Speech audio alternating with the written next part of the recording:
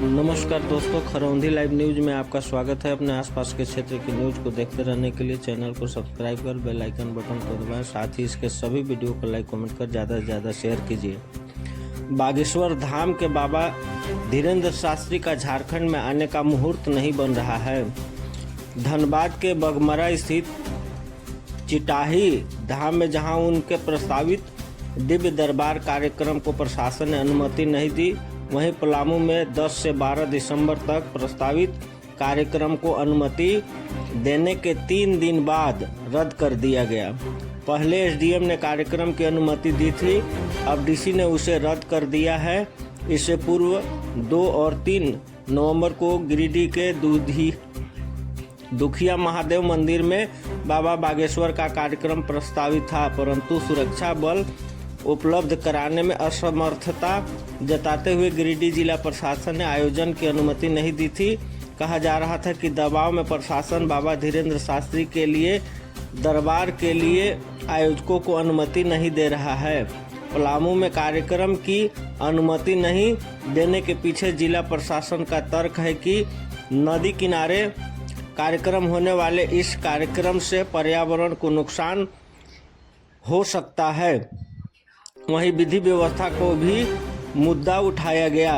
बहरहाल प्रशासन की ओर से इस आयोजन के लिए प्रदूषण, वन विभाग व आपदा प्रबंधन से भी अनुमति लेने की शर्त लगाई गई है। इधर आयोजन समिति से जुड़े लोगों ने आरोप लगाया है कि राजनीतिक दबाव के कारण कार्यक्रम रद्द कर दिया गया है। बघमरा के भाजपा विधायक ढुलू महतो ने आयोजन की अनुमति नहीं देने को लेकर सरकार पर निशाना साधा है, साथ ही न्यायालय जाने की चेतावनी भी दी है। इधर पलामू के आयोजकों ने भी हाई कोर्ट में याचिका दाखिल कर आयोजन के लिए अनुमति मांगी है।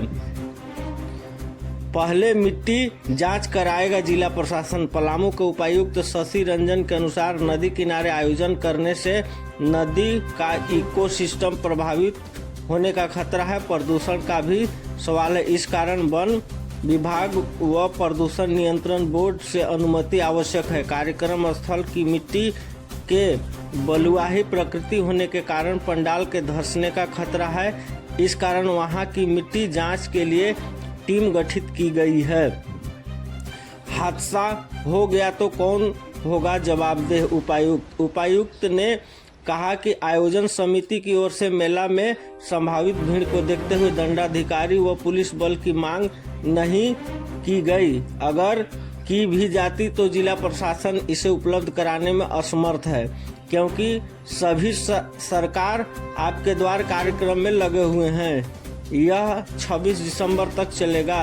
किसी भी तरह के राजनीतिक दबाव की बात से इनकार करते हुए उन्होंने कहा कि कल आयोजन स्थल पर कोई हादसा हो गया तो कौन जवाब देगा। हाई कोर्ट पहुंचा बाबा के कार्यक्रम की अनुमति स्थगन का मामला। हनुमंत कथा आयोजक समिति के संयोजक सह निवर्तमान महापौर अरुणा शंकर ने आगामी 10, 11 व 12 दिसंबर की होने वाले बागेश्वर सरकार के कार्यक्रम की सदर अनुमंडल पदाधिकारी द्वारा अनुमति देने के बाद उसे उपायुक्त द्वारा स्थगित करने के मामले को दुर्भाग्यपूर्ण बताया है। साथ ही स्पष्ट किया कार्यक्रम के आयोजन को लेकर माननीय उच्च न्यायालय में भी अर्जी लगाई गई है। आगामी 30 नवंबर को इसकी सुनवाई होनी है। कहा कि मेदिनीनगर ने सभी विभागों की अनुशंसा व समीक्षा के बाद ही 2 दिन पूर्व अनुमति पत्र निर्गत कर दिया गया था। उपायुक्त पलामू द्वारा दिए गए पत्र में नदी के तट पर प्रदूषण फैलाने, बरसात आने पर बड़ी दुर्घटना व सरकार की महत्वाकांक्षी कार्यक्रम सरकार आपके द्वार का प्रारंभ होना स्थगन का मुख्य कारण बिंदु बताया गया है। जब अनुमंडल के नदी तट पर लाखों लोगों की भीड़ के साथ अभी छठ महापर्व शांतिपूर्ण ढंग से मनाया गया। पलामू के किले के समीप नदी पर वर्षों से सफलतापूर्वक 3 दिवसीय पलामू मेला हर वर्ष की भांति इस वर्ष भी बनाया गया। जोड़, पुरडीहा, सिंगरा में भी हर वर्ष नदी के तट पर बड़े स्तर पर लाखों श्रद्धालुओं की उपस्थिति में सफलतापूर्वक मेले का आयोजन किया गया। उपरोक्त समारोह पर कभी प्रदूषण की शर्तें नहीं रखी जाती। प्रथम महापौर ने कहा, ऐसे धार्मिक आयोजन में पॉल्यूशन नहीं बल्कि पर्यावरण स्वच्छ होता है। रही बात सरकार के महत्वाकांक्षी योजना आपकी सरकार आपके द्वार, तो इस योजना के तहत पदाधिकारी को गांव-गांव में खुद जाकर सरकार की योजनाओं का लाभ जनता को देना है, ना कि कोई भीड़ जमा करना है। अरुणा शंकर ने कहा, पलामू के यह कार्यक्रम नदी के तट करने का प्रस्ताव दिया गया था।